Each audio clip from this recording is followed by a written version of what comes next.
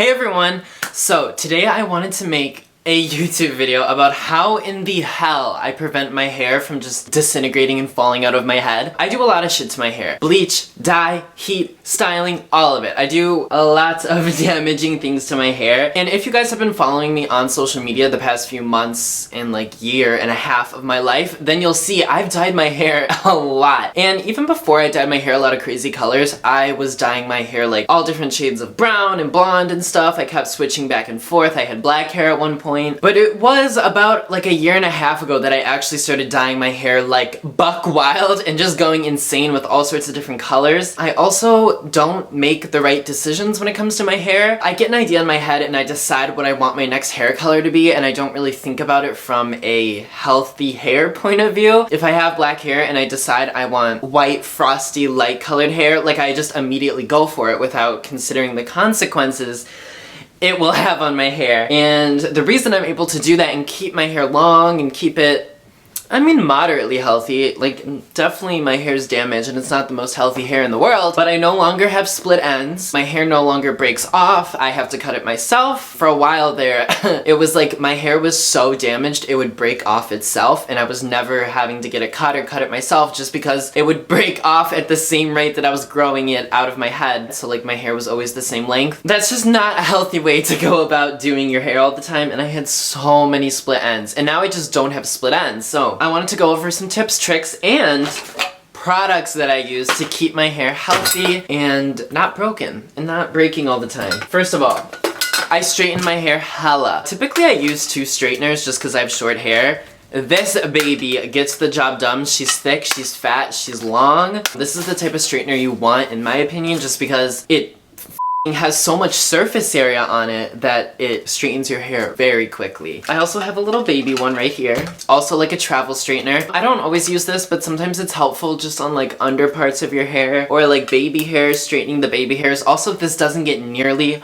Did you see that? Something happened with the lighting in here. I don't even know what happened. But anyway, this is really helpful with the baby hairs. It doesn't get as hot as this. First rule of order is to not straighten your hair on the highest heat possible. I break this rule. I throw it out the window, so you can probably get away with doing it anyway if you follow the other tips I give you. This straightener goes up to 450 degrees. Side note, hair burns at 451 degrees. So I don't really give a f. I want my hair to be straightened. Like usually when I'm doing my hair, I have no time and I'm just trying to get it done as quick as possible. So I heat it up to the max, it gets it done. It also lasts. In high school, I always had problems with my hair. I would spend so much time straightening it in the morning, and then I would go to school and it would be so fucking humid. Within an hour, my hair was like completely at its natural state again. Those were the dark ages before I learned turning your straightener up to the highest heat possible won't just damage your hair, but it'll make it stay straight for the whole day. So tip, if you live somewhere where it's humid all the time and your hair's always getting frizzy on you and always going back to the natural state, honey, you just need to get a hotter straightener. Anyway, hair oil is probably one of the #1 most helpful things I have ever done for my hair. I never used hair oil for the longest time until one day I got a free sample of like argan oil, Moroccan oil type shit, and I would just put it in my hair when my hair was damp after I got out of the shower. I would just put it in my hands, rub it around, and massage it through my hair. Argan oil can be used as a form of heat protectant. I don't use heat protectant, so I just put argan oil all throughout my hair when I get out of the shower when it's damp, and then I blow dry my hair. Another thing, don't blow dry your hair, it's bad. I don't always blow dry my hair, but I do when I don't have much time to get ready. If I have hours to get ready, or just like the whole day if I'm not doing anything and I'm just taking a shower in general, I will let my hair air dry just because it's so much more healthy than adding more heat to your hair. The argan oil that I tend to use is by the brand Hask. They come in these little tubes, and they also come in like a big fat mama tube. This is a brand new one. This one, you take the cap off, has a little pump. It smells really fucking good, by the way. It smells like oranges. If you don't like citrus flavors, I don't know what to tell you. I guess you'll just have bunk ass hair. But yeah, you see it? You see, oh shit, I just spilled so much all over the carpet. Whatever. Another thing, if you do go out and buy this, the pump will eventually stop working. That does not mean you're out of product, honey. All it means is that you have to unscrew the top and just pour the leftover oil into your hand. There's gonna be hella oil in there, so just a tip from me. If you don't want to spend whatever, $7, I literally buy this at the drugstore. You can just buy bottles of argan oil for super cheap. If you don't want to buy the big one, you can get these little ones. They're literally $1 or $2. This is the same. It's just plain ass argan oil, but this one is keratin. I would say argan oil is the #1 oil to use in your hair. It adds moisture, it helps just strengthen your hair, but keratin is also very important as well. Keratin protein is actually the protein that makes up your hair. I apologize. Yes, what was I saying? Keratin protein is what makes up your hair. Your hair is made out of keratin. So it can be really beneficial to add keratin to your hair just to help it out a little bit. Another thing I do a lot is I use hair masks. Oh my gosh. I was using hair masks religiously for the longest time. Every single time I washed my hair, I would skip conditioning and I would put a hair mask in and just leave it there. Let it sit, massage it into the scalp. Again, you can use any brand. I really like the Hask brand, so this is a argan oil mask. This one is again a keratin mask, a keratin protein mask. This one is blue chamomile. It's for brightening and repairing like blonde shades in your hair.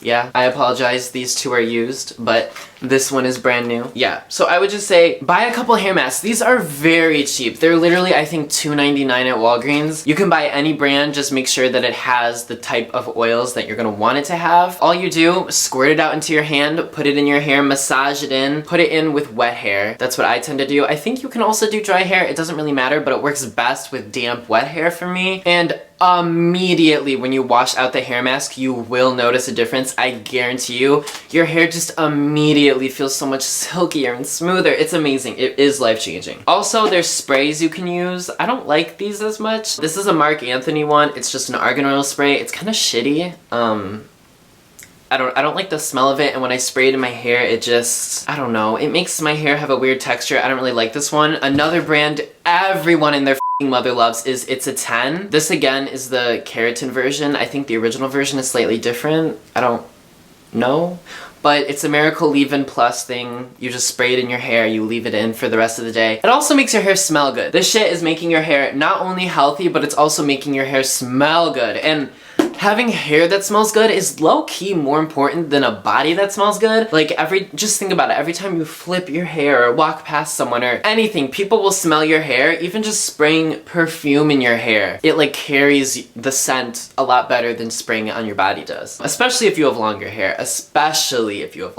Conditioning is also very important, just as important as using shampoo every time you shower. Always fucking use conditioner. I think that's pretty well known. Everyone does that. Again, I'm a fucking Hask whore. I just use everything that they make, but this is a really good conditioner. I really like it. And I also want to get their shampoo because I've been using a purple shampoo just to tone my hair, but at this point my hair doesn't need any more toning, so. Also, don't shampoo your hair every day. If you must shower every day, don't be shampooing your hair daily.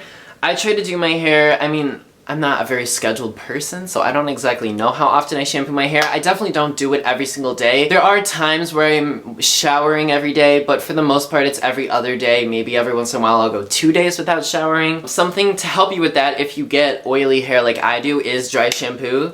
These are some of my favorite brands. Not Your Mother's is like tried and true. I use this shit like crazy. It's like crack to me. I'm always buying another bottle of Not Your Mother's. And then also Batiste is really good. And Batiste smells good. And Batiste is like, literally it's like canned baby powder. Like this shit shoots out and really helps dry your hair out when I have oily hair. Like when my hair is really fucking bad, this is the shit I use. And this one's empty, but I just want to smell it. It smells so good. This is like, what is it? The Fruit and Flirty blush one. It smells like roses. That's what it smells like. And it smells f***ing good. So these two, any dry shampoo really will get the job done. Even if you don't have dry shampoo, I've used baby powder. I've used setting powder in my hair. I've used cornstarch. I've used flour. I'm ratchet. There have been times my hair has just been so oily and I have nothing. Pretty much any powder will work as long as it's not fucking like Coke or like, I don't know, powders that you shouldn't be putting on your head or harmful powders, but cornstarch works. Yeah, setting powder works. I sound crazy, but I have used setting powder before when my hair is really oily, and it works. So get creative. Always Google it before you try something new just to make sure it's not like a safety problem or like a health hazard. But yeah, those are my tips. Also, you see these clips? I use these hair clips all the time, and they are so fucking damaging for your hair. They're metal and they're hard, and they end up just, if you're clipping your hair up with it, it'll start ripping out your hair. So I suggest you use whoa, all this dust just shot off of this. A headband. Headbands hold up your hair without tearing and pulling and ripping out your hair. So it's really great to hold your hair in place whenever you're styling it or doing your makeup or anything. Try not to use these metal clips, even though I still use them a lot. Try to stick to the headband just because it's not going to be pulling on your hair constantly and making it break. Also invest in a good ass brush. This is a detangling brush. If you look at the bristles, they're all different lengths, and it's just really, like, it doesn't pull on your hair at all. It just, unlike a traditional brush that will really rip out your hair and you'll start to see hair accumulate in the brush, this never gets full of hair because it doesn't really rip out your hair that much at all. It's a detangling brush, and I think this is actually meant for girls with extensions. It's really helpful if you have thick curly hair or if you have extensions that you don't, or even wigs. Just synthetic hair and really thick curly hair it works well on. I don't have synthetic or thick curly hair, but it still is helpful in making sure that your hair doesn't get ripped out all the time. I would also say when you are bleaching and dyeing your hair, try to avoid dyeing the baby hairs. I was going bald for a long time, low-key. Yeah, it was really bad. I was starting to get a receding hairline just because all my little baby hairs were getting fried off and they were never having time to regrow. So make sure that when you bleach your hair, try to just avoid touching the baby hairs because you're not really gonna see those anyway, and as much as they are babies, they're precious and you don't want to lose them. Another tip, as you can see, my roots are f***ing 10 inches long right now. Like, I've let my roots grow out so much, which, I mean, having grown out the roots is kind of a look. It's not the most ugly thing. As much as I do like looking like my hair is just naturally growing out of my head blue, I like when my roots are unnaturally hair colored, but right now I've been growing them out for a long time, which has helped so much. As I was talking about earlier, my receding hairline is completely back to normal. Oh, I actually thought I was balding, but it was just my hair getting damaged. Sometimes I literally just talk so fast I forget what I was talking about. Does that ever happen to you? Try to let your roots grow out. Go as long as you possibly can until getting your hair re-bleached and re-dyed.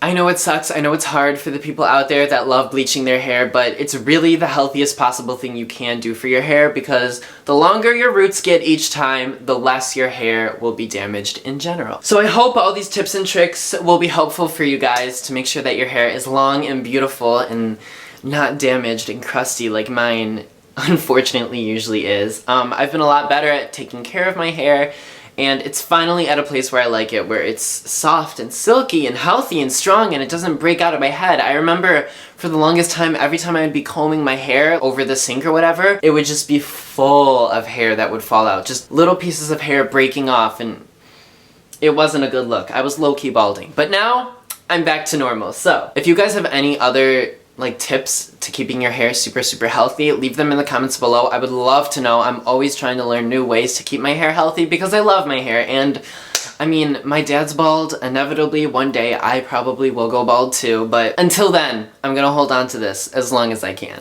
So yeah, I hope you guys enjoyed this video. If you did, leave a thumbs up and subscribe so you can see more videos by me because I know you're gonna want to after seeing me now. So yeah, I hope you guys enjoyed, and I'll see you later. Bye!